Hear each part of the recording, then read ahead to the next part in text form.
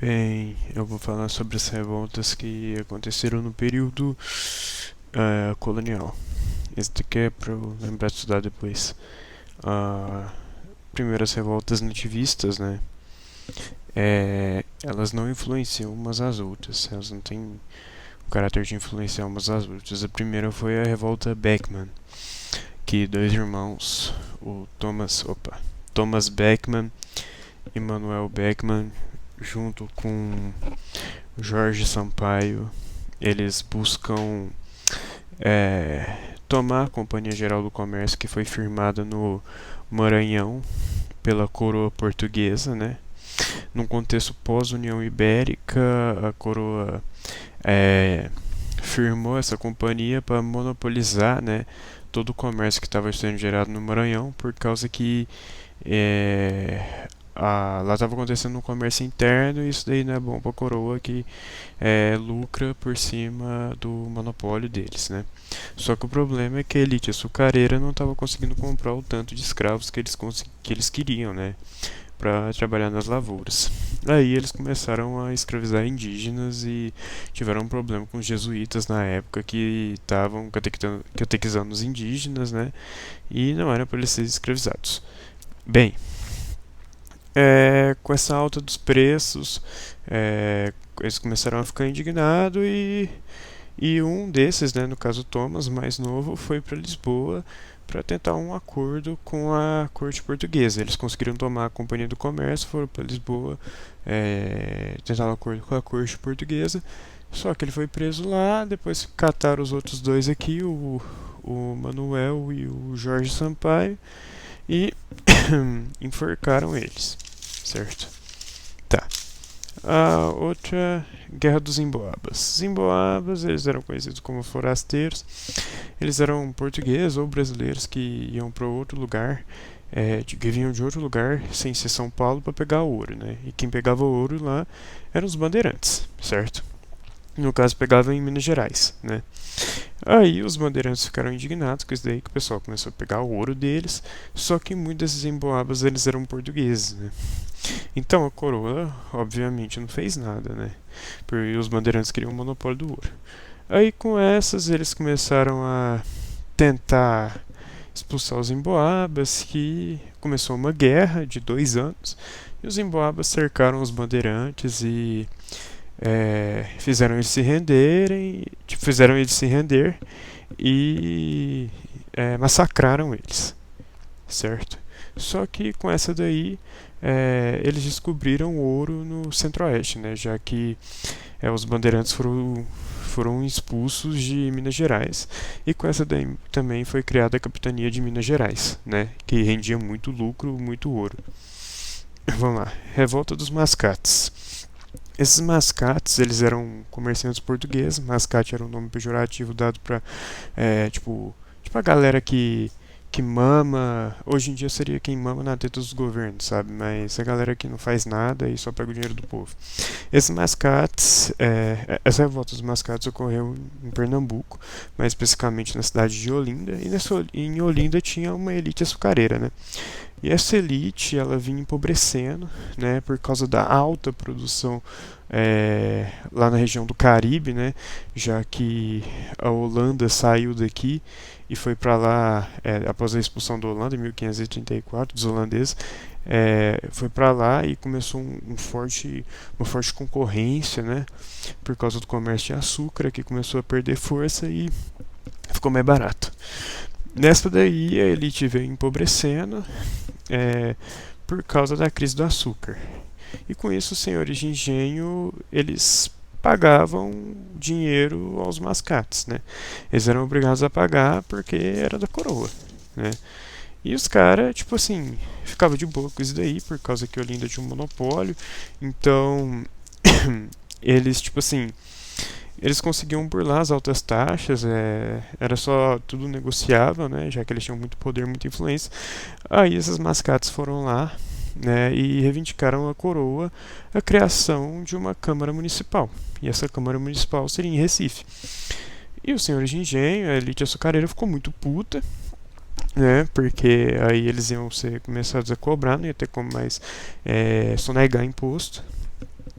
e tenta impedir o crescimento da Câmara e, obviamente, é fortemente repreendida pela coroa portuguesa, né? E com isso daí muitos deles perderam as terras, né? E também Recife, né? Acabou que virou a Câmara, virou a capital de Pernambuco e está lá até hoje. Vamos lá. Revolta de Vila Rica, Minas Gerais.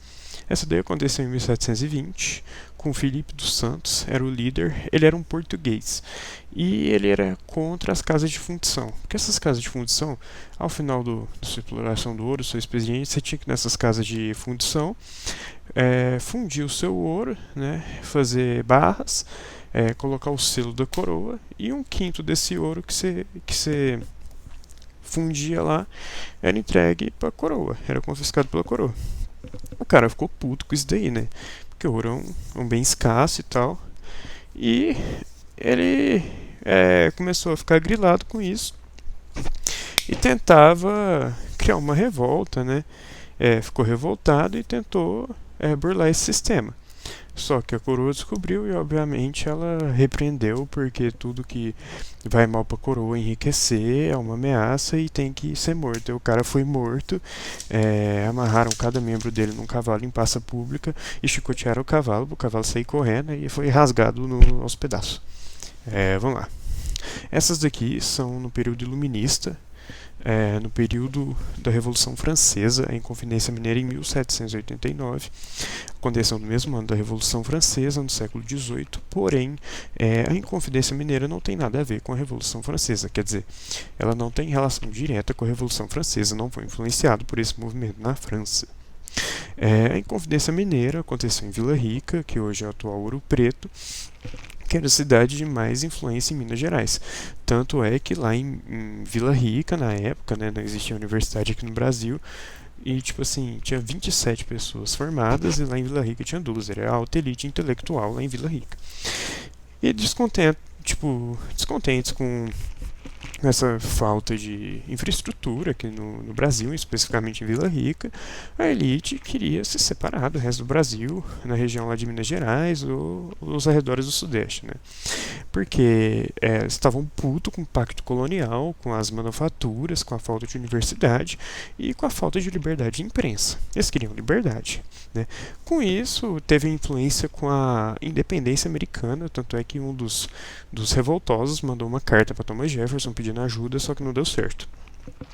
Daí, Joaquim José da Silva Xavier é o mais memorável dessa revolta, no caso Tiradentes. Ele era meio que uma figura bem conhecida lá na região, porque ele já tinha trabalhado com comerciante, com várias coisas, sabe? E ele era o único que não era tão rico assim igual os outros. Ele não era pobre, mas ele não era rico, né? Não fazia parte da elite. Por isso que entre os 12 revoltosos ele foi o único que morreu, né? Aí, essa revolta ia ser no dia ela seria no dia da derrama. O dia da derrama é quando que a coroa confiscava os bens, né, de quem não pagava um certo imposto, da cidade que não pagava um imposto numa produção de ouro lá, né, por peso. E aí ia ser no dia da derrama e tal. E ela não era abolicionista, né, óbvio, era elitista. Só que aí Joaquim Silvério dos Reis, o charado e Tiradentes, traiu o movimento, dedurou todo mundo pra coroa, e o único que morreu, obviamente, foi o pobre, né? O cara se fudeu. Ok. E tem a Conjuração Baiana, essa daí foi em 1798, essa daí já tem influência da Revolução Francesa e tem influência da independência do Haiti, né? Independência do Haiti foi um movimento onde a população negra foi para a rua para proclamar a independência, e foi um movimento populista e tal. E vamos lá. Conjuração Baiana teve a expansão das lavouras açucareiras por cima das roças lá dos camponeses, do povo baiano, que gerou uma revolta muito grande, né? Porque o pessoal não tinha mais onde cultivar, acabou perdendo suas terras e muitos começaram a passar fome, né? Eles queriam, ó, igual a Revolução Francesa, liberdade, igualdade e fraternidade, certo? Cipriano Barato, um líder era meio que elitista lá da burguesia. Ele criou ele era mesmo uma escola de intelectuais. Ele criou essa escola que eram os Cavaleiros da Luz. Isso daí tem, obviamente, relação com o Iluminismo, né? E tinha uma ideia republicana, né? Essa revolução também foi chamada de Revolução dos Alfaiates. Então você vê que não era, tipo, a minoria lá, no caso era a elite, a burguesia, a maioria era pobre, escravos, e foi a primeira revolta de cunho abolicionista no Brasil, 1798. E apenas os líderes populares, negros, pobres, que são mortos, né? No final dessa revolta. Obviamente a coroa reprimiu, que a coroa era uma forte identidade de repressão. E é isso daí, falou.